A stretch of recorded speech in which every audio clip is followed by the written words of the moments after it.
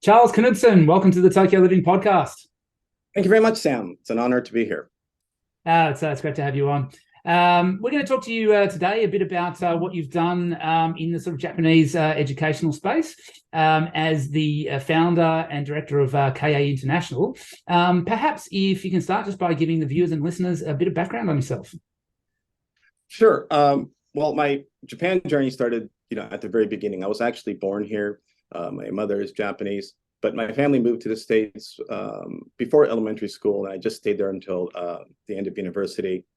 Came back to Japan when my parents did, what happened was after puttering around for a few years, I got a job at a school called Shibu, or the real name is Shibuya Kyoiku Gakuen Shibuya, which is now kind of the most famous school for returnees, or tied along with this school called Hiro Gakuen, which I think a lot of people in the expat community know. Mm. And when I was first there, I was in this returnee program. They had returnees are Japanese students who lived abroad. They speak perfect English, and they come back to Japan. And up until the late 90s, the whole idea behind educating returnees was to repatriate them back into Japanese society, help them with their Japanese, and teach them how to be more Japanese, so that they wouldn't bother the class or bother society. But this school I was working at was pretty progressive, and they looked at returnees as a valuable resource. And so they had basically an international school program, about 2 hours a day of history and literature within a Japanese school. So they would take, all the other classes in Japanese, but they had like 2 hours a day in English. And so I was in that program, and I was there for a few years. I realized there was a weakness in the program. The first year students spoke English perfectly, they're like A+ students in America or in England. But then by the time they were graduating from the high school, they could no longer function in English. They could listen, but they couldn't really speak very well. So I don't know why, but the management agreed to let me have the keys to the program. I made lots of changes to the program. And over the next few years, our students started, when they graduated, they were getting into Stanford, and then another Stanford student, and Harvard and Yale. And it just turned into kind of this Tokyo's elite program for getting kids into like Ivy League and other top level universities in the United States. So I was really happy to work there. It was a great experience. But there was one thing about it that I didn't like, which was kind of a personal thing, but we had entrance exams to get into that school. It's a private school. Okay. They could only accept 20 students, but we would have 80 to 100 applicants, and all the applicants were amazing. They were all good. I met most of them personally because I conducted the interviews and made the entrance exams for the school. And it literally broke my heart that I had to say no to 80 students, and they didn't really have too many other options. There aren't too many other places for them to go. And they would end up in just a regular Japanese school with a regular English program.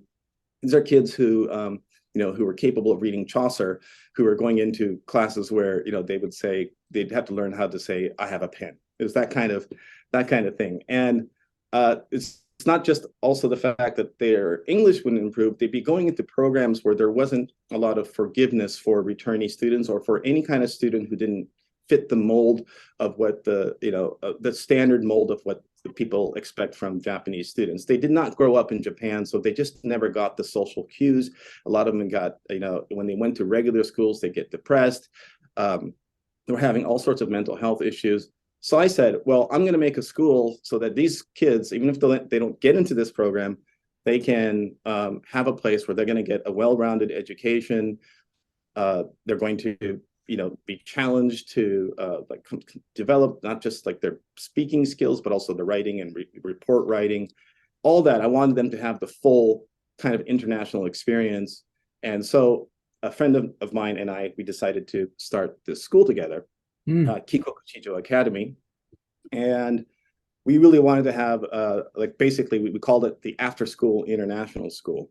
Right. And it failed completely. We got 0 junior high school students, none of those students that I thought that we were going to get.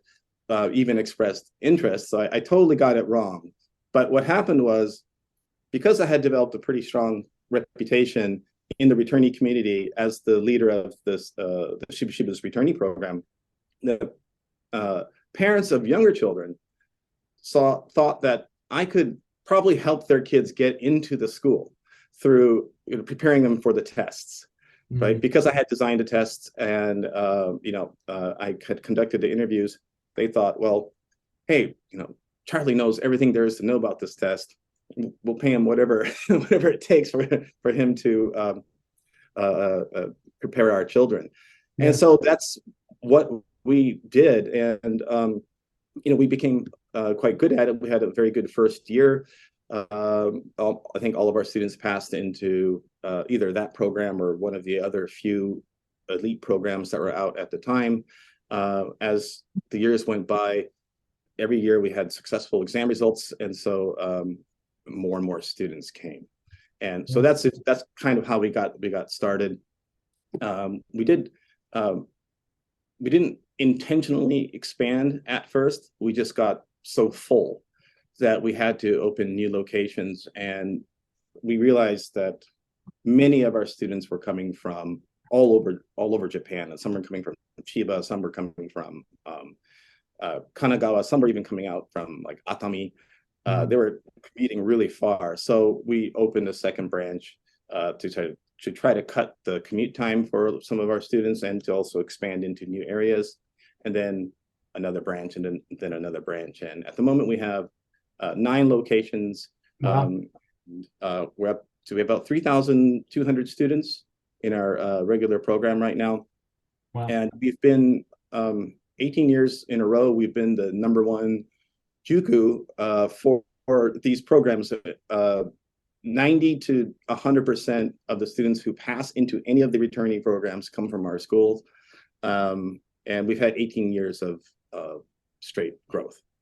Yeah. So that's kind of how we got started, and that's where we are. And it's very impressive. I know, that Nathan's children take some of your classes, and he's commented that you've done such a good job that it's just made it so competitive for any other sort of cramming school to even compete with you. So that's well, his children are great, and his children represent a newer demographic for us. We have more and more students who have one English-speaking parent and one Japanese-speaking parent, and they do very well. They speak really well, and I'm not talking about Nathan's kids in particular. The challenges that they have generally is spelling, because a lot of the kids they learn to speak English at a high level before they started to learn to read. Yeah. So it takes a couple of years to fix that, but yeah, that's another growing demographic for us, and those kids are a joy to teach as well. Just thinking about how you sort of described that whole process, given that there's so many kids coming through your schools trying to get into these schools, has the number of schools that cater to returnees increased as well? Or are they still trying to get into the same number of small number of schools?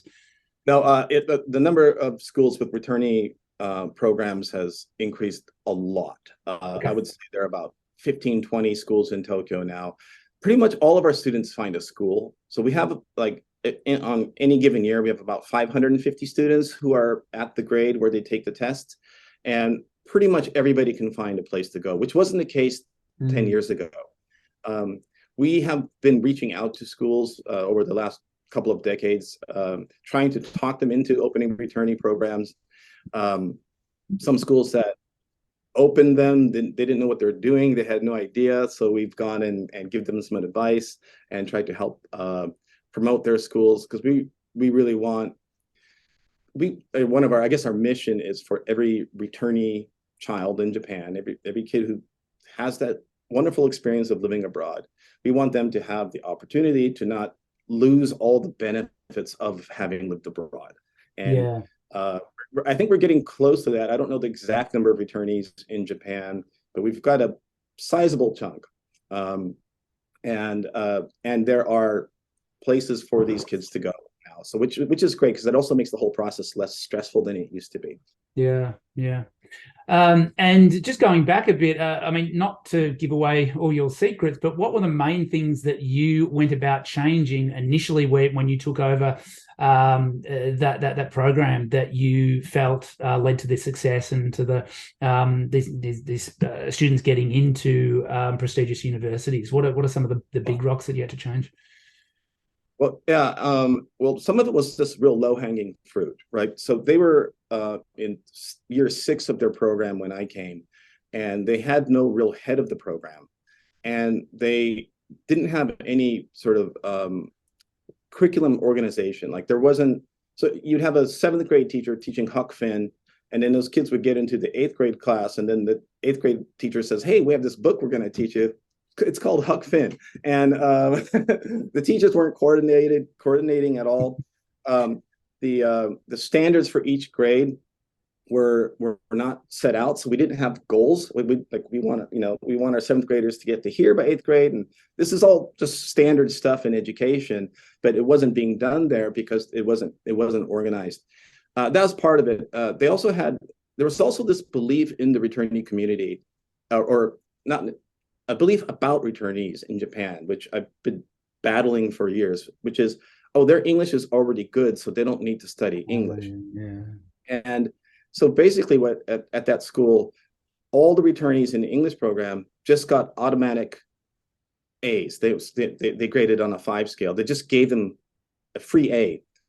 And they didn't have to do anything to earn that score. So I implemented an in-class report card system that then got the parents involved, and also gave it a little bit of teeth. If the students fell below a certain mark after a certain number of years, if they couldn't get to that mark, they would have to go into the non-returnee program. And a lot of the students at that school hated me for implementing that.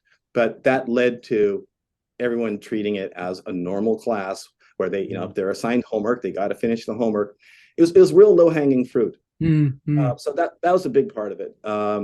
Just with a lot of things that are where foreigners are involved in Japan, sometimes the standard isn't the same standard as it is back home. And all I tried to do was apply the standards, like California Board of Education standards, tried to apply them to that school. And it wasn't that hard to do. It was just hard to get everyone on board. That was the challenge. Yeah, yeah. And how do you sort of balance optimizing their English ability whilst still, trying to, obviously, maintain their Japanese ability, and also trying to educate the sort of cultural elements of Japan and make them be able to sort of assimilate back into Japanese culture? Yeah. Well, as far as their Japanese ability is concerned, most of the students are going to Japanese school all day long. Right. And there are also other Japanese cram schools. Yeah. So it is an issue for them, because some of them have to play catch up. If they come back in grade 6, they've missed the 3 years of kanji, and that's tough. And there are other schools that specialize in helping them with that. Sorry, what was your second question? It was and yes, it's like the cultural aspect and sort of assimilating back into Japanese society, whilst maintaining a focus on high level English, and maintaining some of that. Yeah, still doing history and those sort of subjects in English. Yeah. So a big part of that is at my school at Kikoku Shijo Academy, we really tried to model a positive outlook about life in Japan. A lot of students, when they first come back, they are so gutted that they had to leave all their friends behind. And then they get into, if they go like directly into junior high school, for example, they just don't get that senpai kohai system where you have to respect your seniors. And the school system is just so different for them that some kids kind of get into this I hate Japan stage, and they really resist life here. And we really try to, being representatives of the culture that they used to live in, we try to share with them how much we enjoy life here, and we try to frame everything as a great opportunity. But we again we don't do a lot of teaching of Japanese culture within our own school. We're kind of like the oasis.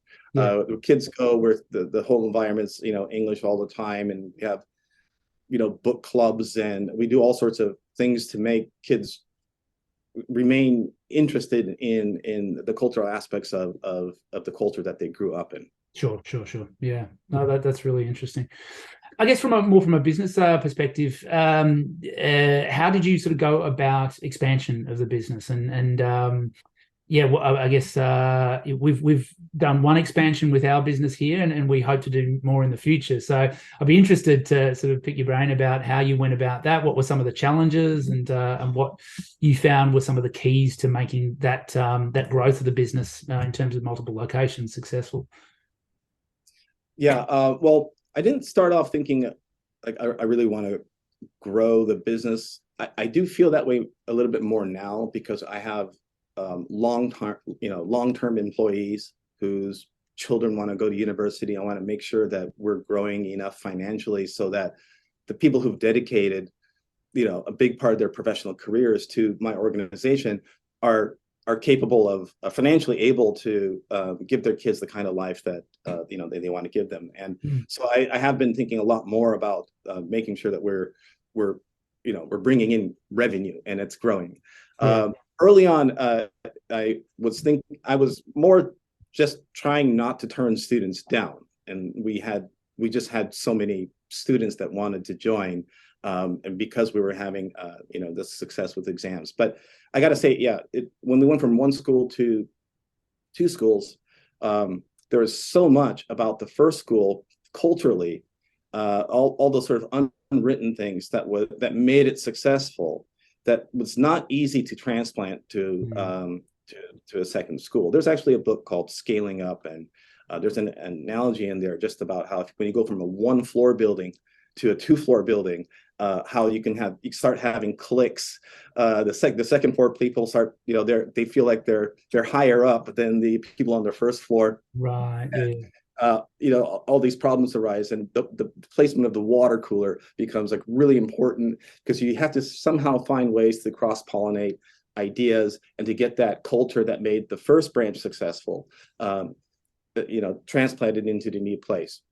What we did was we chose locations, as I mentioned, where we knew that students were going through certain stations in order to get to our school, our first branch. So then we'd open a branch there, some kind of central hub. So then our current students from branch 1 would transfer to branch 2. There'd be enough of them there that they were bringing that culture, that all English culture, that enthusiasm about reading and all of that. And when we made the third location, we did the same thing. And we would purposely never started any of our branches without bringing over at least 100 kids from the current branch. And that's how we dealt with it. It got a little harder during COVID, of course, because I was having teachers move around from school to school. So that's another way to sort of cross-pollinate ideas. I didn't have like team branch A and team branch B. I had them mixed up because I really felt that the mixing of culture is important. But during COVID, we had to stop all that. And because if one person got sick, we didn't want to shut down the whole chain. Yeah, of course. Yeah. During that time, all the bad things that could happen happened. The schools started to get their own identity. They started to dislike other schools. They started to get resentment towards the headquarters, and it happened really fast, which is really interesting. And it was actually kind of shocking to me because I was not used to that. And so we've really had to adapt to that. We created a dashboard that's a central hub for all the information. We started having just more frequent meetings with all the schools. And the other thing we had to do is we really had to invest in our professional development.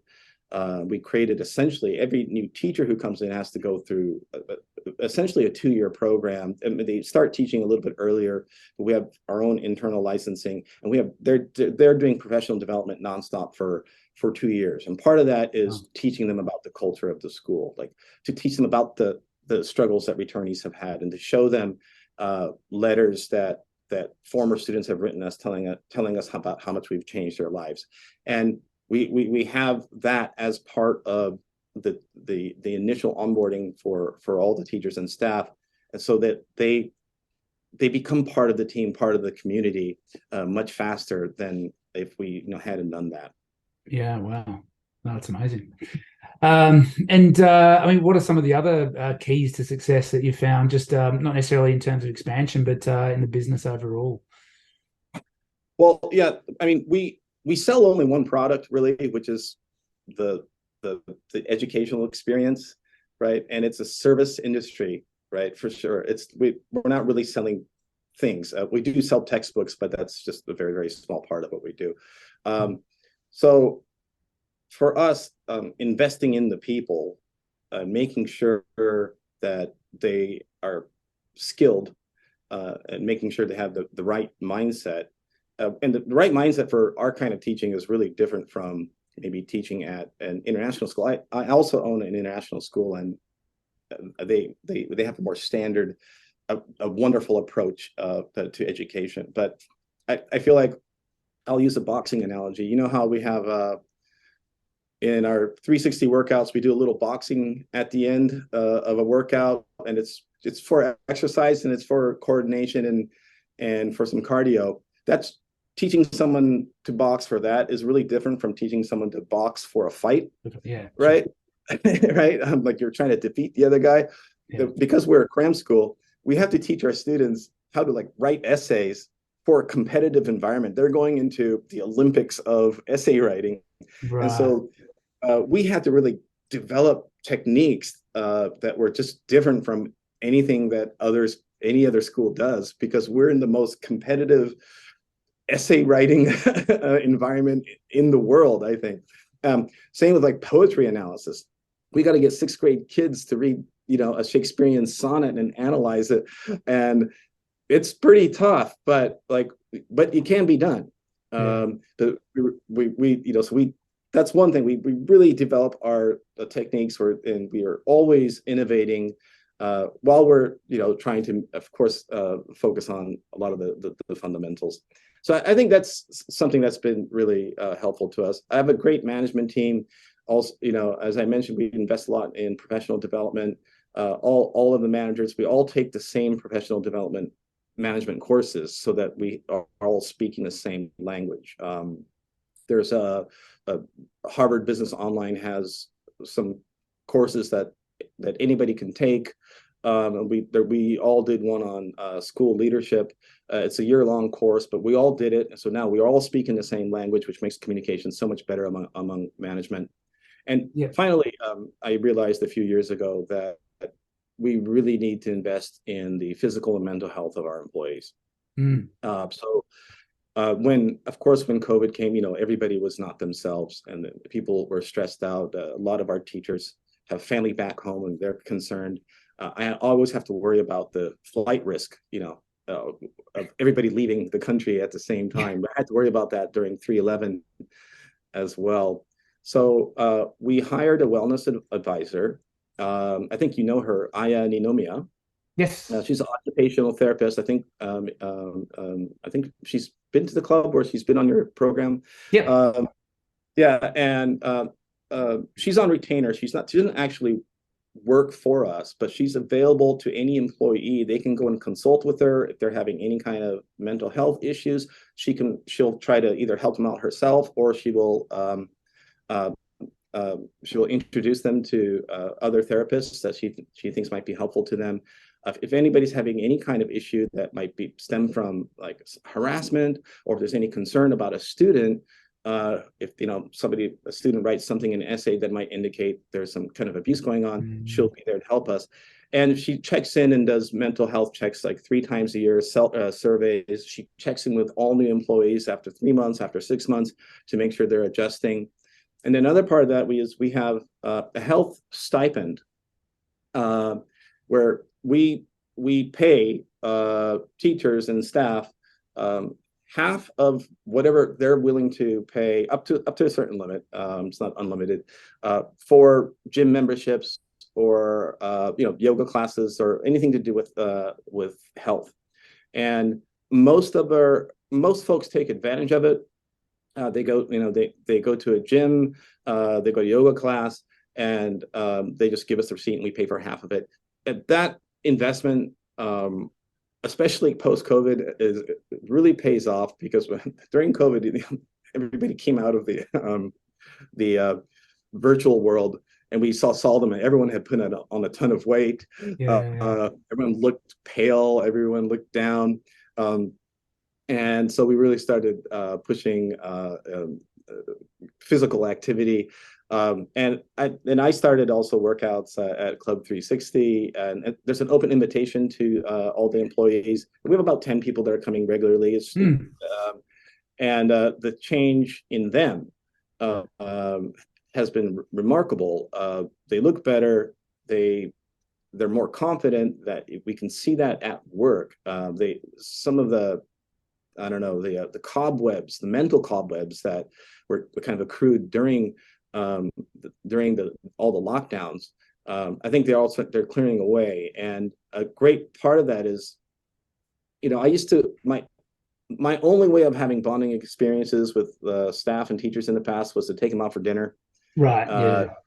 Have some drinks together, but that workout together, it's you're having a great time, but there's also kind of this shared discomfort or pain, shared discomfort, and you feel like you've survived something kind of difficult together. And then we try to reward ourselves after each workout. We have a smoothie and a coffee together, and just the bonding that goes on there after, like, it's I think it's better than the bonding that happens when you're 7 drinks in or whatever it is.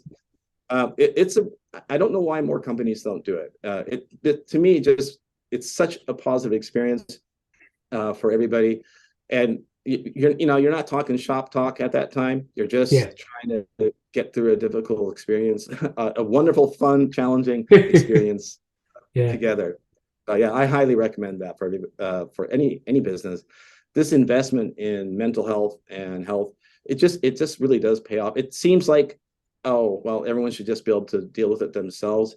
And kind of from our generation, that is sort of the way we think. We're a little bit, well, at least me, I'm 48, I'm 49, a little bit old school, but it's different for other the younger generations. And if you want to have a highly functioning, happy, but productive team of folks that are in their 30s or 20s, I think we have to make some accommodation to what their expectations are, and they do, and what their needs are and their expectations, and they do need some support that maybe we ourselves don't think about that often. So I've had to make a change in my mindset about that, and I've also had to make sure that all the other people in upper management have made that mindset about that. And now we're seeing the results. It's definitely worth it. Mental health, physical health, worthwhile investments for companies, I think. Yeah, that's awesome. And obviously, we get to see you guys training in the facility here, and I think it's fantastic as a leader to be providing that experience and that opportunity for your team members. So like you said, it's surprising that more companies don't do it, but hopefully it'll start to become more and more common. If I can just to give a thank you, 2 years ago, when a little bit more than 2 years ago, when all the COVID stuff went down and we had to go online like overnight, and it happened basically on the same day that my mother passed away, and my niece passed away just a few months earlier, and an employee passed away. It was just terrible time, and was managing to get through work okay, but I totally stopped taking care of myself physically. And then I had my back completely went out, and I was in a wheelchair for a while. had to teach sitting on the floor in front of the screen, and I have a picture of myself. I'm just so bloated and so overweight. I can't believe it. And it was actually Aya Ninomiya who said, "Go to Club 360. I think you feel comfortable there." Oh, really? So I didn't realize that she actually referred you over. I'll just do whatever she tells me to do. I just believe in her. And I came to you. You helped me out, and then you I think someone named Max at the time. He took over my rehab, and then once I started feeling a little bit better, then I started doing just regular workouts, and physically, mentally, everything. I feel like I've taken 10 years off my age. I feel so much better by every metric. I just had my annual health check. The doctor was like, "What have you been doing? You're doing so much better." Like every metric went, every metric improved. Wow. So I can't, as the leader of my organization, if I'm down in the dumps and physically unwell, mentally unwell, it's going to have a ripple effect. It's going to affect everything that happens in the company. I feel like a company can be really a reflection of the company's leader. And if you're neurotic, you're going to have a neurotic company. If you're bad at communicating, your company's going to be bad at communicating. If you're unhealthy, if you're down, and if you're not on top of your game, that's going to affect everyone else in the company as well. So for business leaders, I hope, I know a lot of them already do take care of themselves, but it was a lesson I had to learn the hard way. Yeah, wow, that's fantastic. I'm glad that we were able to help, but I'm glad that you've sort of realized how important the health and wellness is, and I'm sure your company's benefiting a lot from it. You talked about you wanting to grow the company for partly for the sake of your employees and giving them an environment where they can grow and progress their careers. What does that look like at the moment? What are your plans and visions for the future? Well, I'm really careful about announcing my plans because it scares all my employees, because they're usually pretty dramatic. So I'll announce it here. I don't know if any of my employees are gonna watch this, but I have a little I don't know, sort of sticking point about my life in Japan. Non-returnees, they go to Japanese school for 6 years, junior high and high school, and they study English that whole time. And not so many graduate able to function in English. And we know that because we meet adults, and they all studied English for 6 years. And I think, if you study Spanish for 6 years in the States, you're going to speak Spanish by the end of the 6 years. Yeah. For some reason, it seems like everyone's just given up on that in Japan. About, like, it's just an expectation. You study for 6 years and you didn't really learn anything. I want to change that. I have a goal. I want all the kids who graduate from Japan, from a Japanese high school, to be fluent in English. And that's my like I said, I'm 49, I'm turning 50 this year. This is the thing that's going to drive me for the next 10 or 15 years. Yeah. I'm going to really make a run at that. And I do have a plan. I do have some partner schools that I'm going to start working on this with. And I'm going to see if we can change this whole entire thing. I think if Japan can become fluent in English, we love Japan. It's a great place to live. I think if everyone were fluent, it would just increase the business opportunities for everybody. The world is going into a challenging period, 5-10 years of sort of a realignment, and Japanese people being able to really function in English and having a voice on the international stage, understanding the subtle nuances of conversation, all of that I think would help this country out a lot. And I want to do that. So I'll if I succeed at that, I'll fill you in. You'll notice.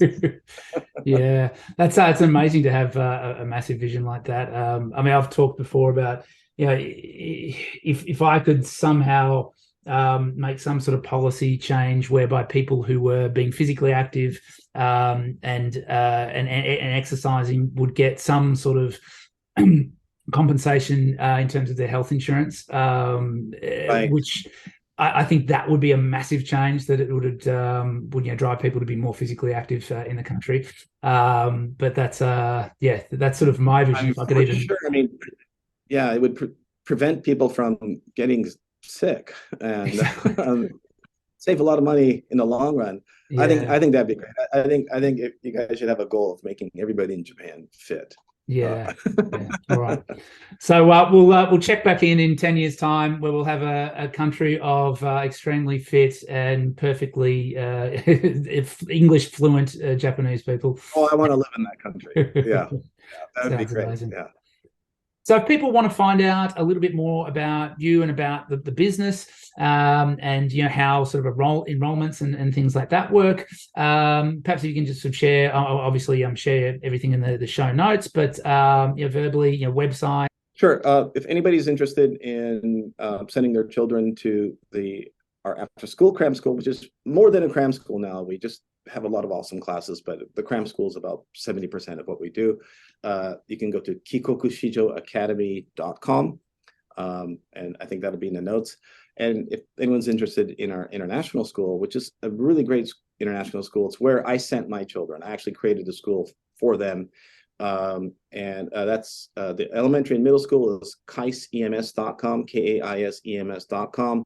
Well, Charles, thanks very much for coming on today. It's great to hear a little bit more about sort of the history and the progression of your business, and also hear how you've sort of incorporated the health and wellness factor in with your staff as well. I think what you've done is amazing, and congratulations on what you've achieved with the company, and all the best for the future.